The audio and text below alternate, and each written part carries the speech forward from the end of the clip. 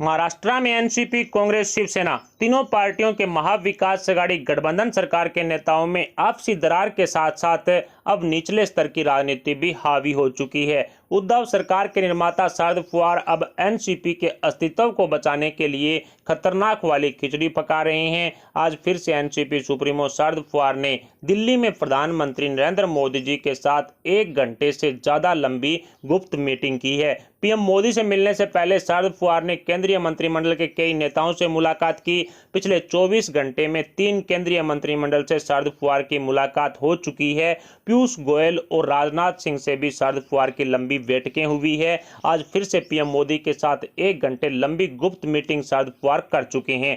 इस मीटिंग की खास बात यह रही कि सबसे पहले महाराष्ट्र के पूर्व मुख्यमंत्री और बीजेपी नेता देवेंद्र फडणवीस शरद पवार से महाराष्ट्र में एक लंबी मुलाकात करते हैं। दोनों नेताओं के बीच में एक लंबी चर्चा होती है। उसके बाद फडणवीस दिल्ली पहुंच करके अमित शाह से मिलते हैं। उसके बाद जेपी नड्डा और पीएम मोदी से मुलाकात कर महाराष्ट्र की राजनीति पर फडणवीस चर्चा करते हैं। उसके बाद में ही शरद पवार मोदी सरकार के केंद्रीय नेतृत्व से गुप्त मीटिंगें शुरू करते हैं। ऐसे में पीएम मोदी के साथ एनसीपी प्रमुख शरद पवार किस तरह की डील कर रहे हैं, ये एक बड़ा सवाल महाराष्ट्र की राजनीति में उठ खड़ा हुआ है और उद्धव सरकार में हड़कंप मचाने वाला कदम आज एनसीपी सुप्रीमो शरद पवार उठा चुके हैं।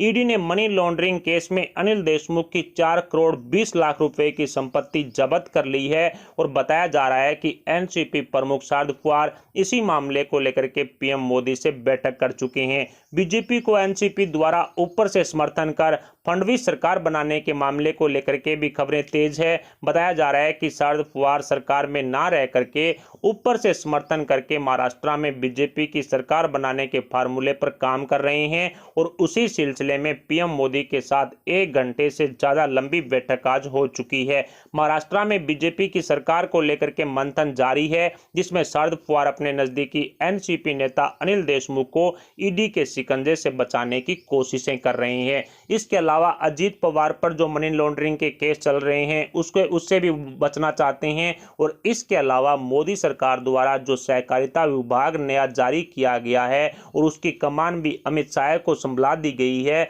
उससे भी पवार परिवार पूरी तरह से फंसता हुआ नजर आ रहा है, क्योंकि कई तरह के घोटाले जो सहकारिता विभाग के अंदर इन बैंकों के अंदर जो पवार परिवार कर चुका है, उसकी तलवार भी कहीं ना कहीं शरद पवार के ऊपर लटक रही है। और उसी संकट से बचने के लिए आज शरद पवार प्रधानमंत्री नरेंद्र मोदी जी से मुलाकात कर चुके हैं और बताया जा रहा है कि एनसीपी सुप्रीमो शरद पवार महाराष्ट्र में बीजेपी की सरकार बनाने के फार्मूले पर फिलहाल काम कर रहे हैं। कुल मिलाकर शरद पवार द्वारा बीजेपी नेताओं से लगातार इस तरह की गुप्त मीटिंगें करना ये इस बात का सबूत है कि कहीं ना कहीं बीजेपी और एनसीपी के बीच में कोई ना कोई खतरनाक वाली खिचड़ी पक रही है। लेकिन अब जिस तरह से एनसीपी सुप्रीमो शरद पवार एक नया फार्मूला कहीं ना कहीं महाराष्ट्र में आजमाना चाहते हैं कि किसी भी तरह से एनसीपी के विधायक बीजेपी को ऊपर से समर्थन कर दे, जिसकी वजह से बीजेपी की सरकार बन जाए और अनिल देशमुख, अजीत पवार, पवार परिवार के खिलाफ, खुद शरद पवार के खिलाफ जो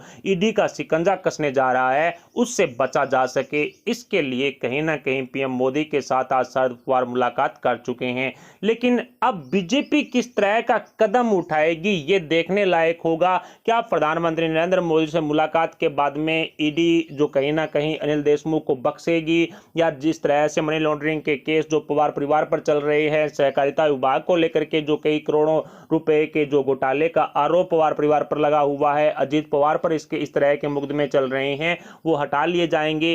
ये काफी देखने लायक होगा, या फिर किसी अन्य तरह की खिचड़ी जो प्रधानमंत्री नरेंद्र मोदी जी के साथ शरद पवार पका रहे हैं, इस पर भी आप अपने विचार हमें कमेंट बॉक्स में बता सकते हैं। हमारी इस वीडियो को लाइक करके हमारे चैनल को सब्सक्राइब जरूर कर लें। अभी के लिए इतना ही, मिलते हैं अगले बड़ी अपडेट के साथ। तब तक के लिए जय हिंद, जय भारत।